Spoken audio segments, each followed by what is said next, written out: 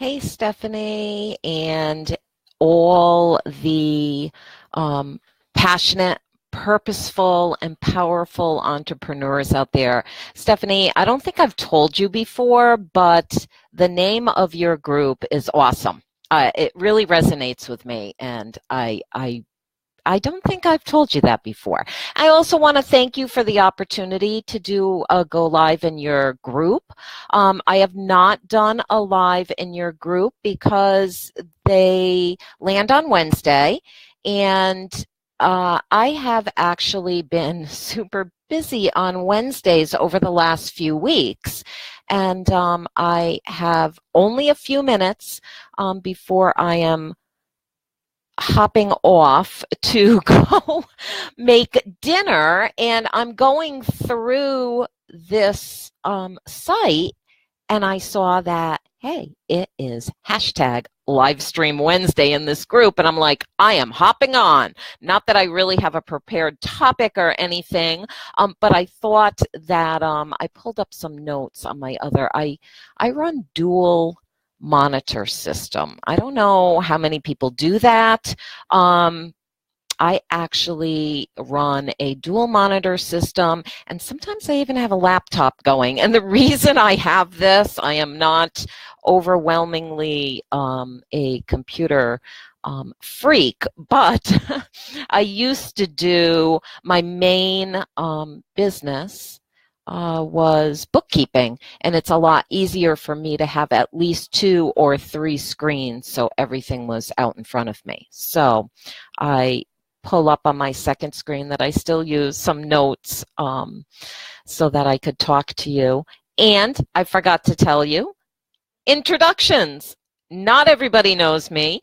My name is Pam Leverance, and I am known as the Brick Wall Coach. I run a Facebook group called the Brick Wall Community, and if you are not already a member, try to either PM me, let me know you're interested, or just look up the Brick Wall Community here on Facebook and see if it's something that you would be interested in. It's mainly geared towards women, and it is mainly for entrepreneurs that want to be successful and start climbing the ladder to success, which we all know taking those steps are not always easy to do alone. So it's a really good accountability group. It gives you tips, techniques, all kinds of things in the group. So come check it out. But what I'm going to talk to you briefly about today, and I hope I put that up there. I did. Organizing your systems and processes, which is a super important thing for people. The reason that this even jumped into my mind is because I just onboarded a new client earlier this afternoon. And this is one of the main things that she wants me to tackle with her business. And while I talked to her briefly the other day as an overview of what we wanted to do, today I met with her and we kind of went a little bit more in depth about it. I wasn't sure exactly where she was coming from.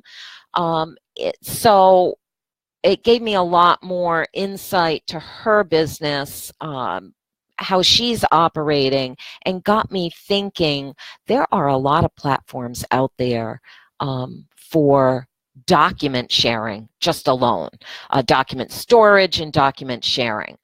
So the 5 top that I've actually worked with, not that I'm recommending any of these, but the 5 that jump to my mind that I've probably worked with the most are, grabbing my little note over here, Google Docs, which, everybody seems to be using, Google Drive, Google Docs, and Google Forms, and Google everything.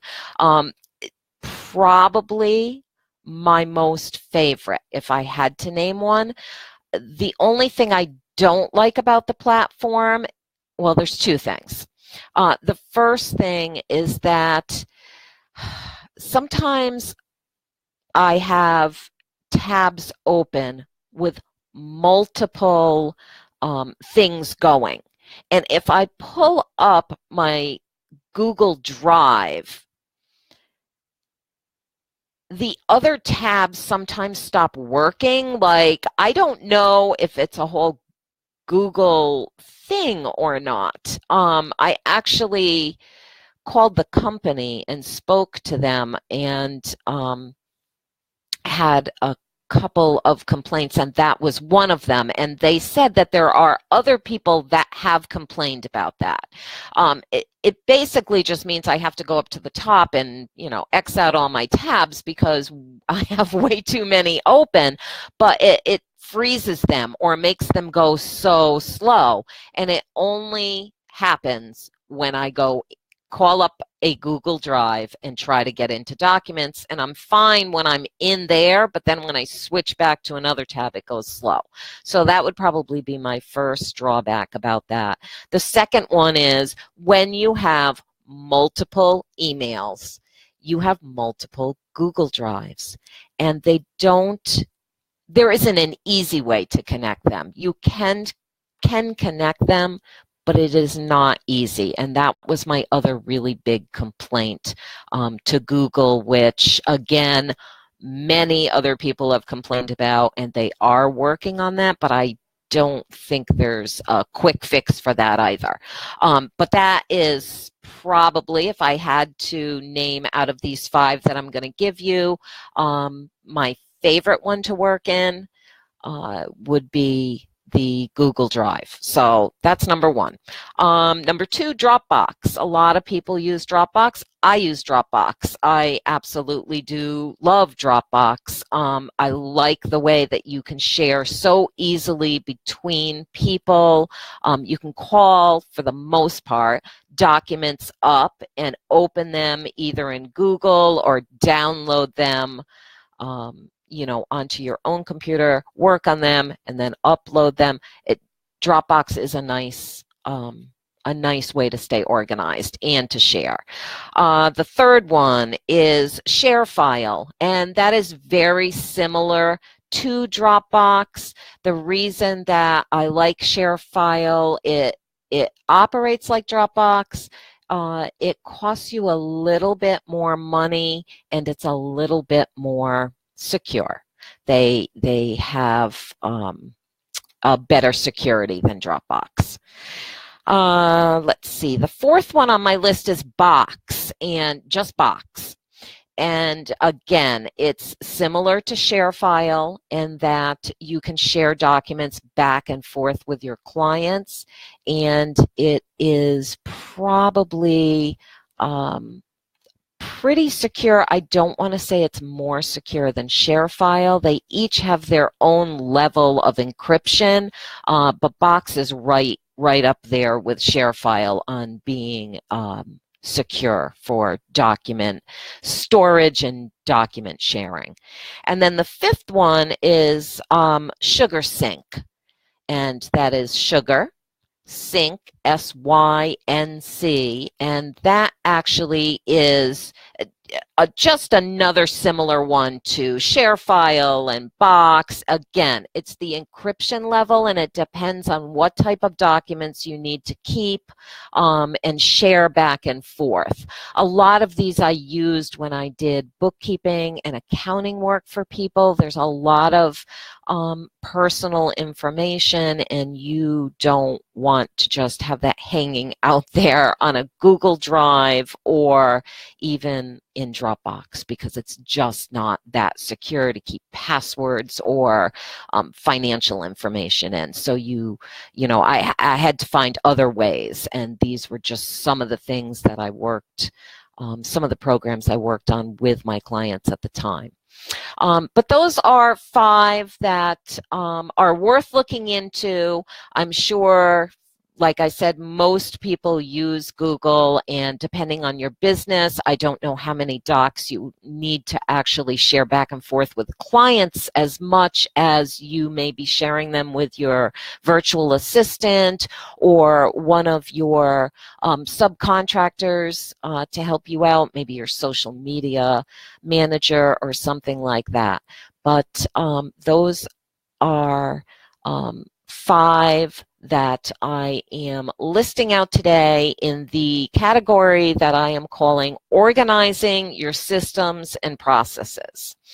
I will be back on again another Wednesday. Again, thank you very much to Stephanie for having this opportunity to get people to be in front of the camera. It's not a very scary thing. It's kind of like talking to yourself, and the only thing you have to worry about is not being perfect, because nobody is. And you know, I mean, look at me. I have been running all day long, and that's why I said few minutes on here, gotta go, really need to make dinner. And I know that this is the holiday time, so I'm going to say goodbye for now, but be looking for more lives in this group from me. Thanks again, Stephanie, and everybody have a terrific Wednesday night.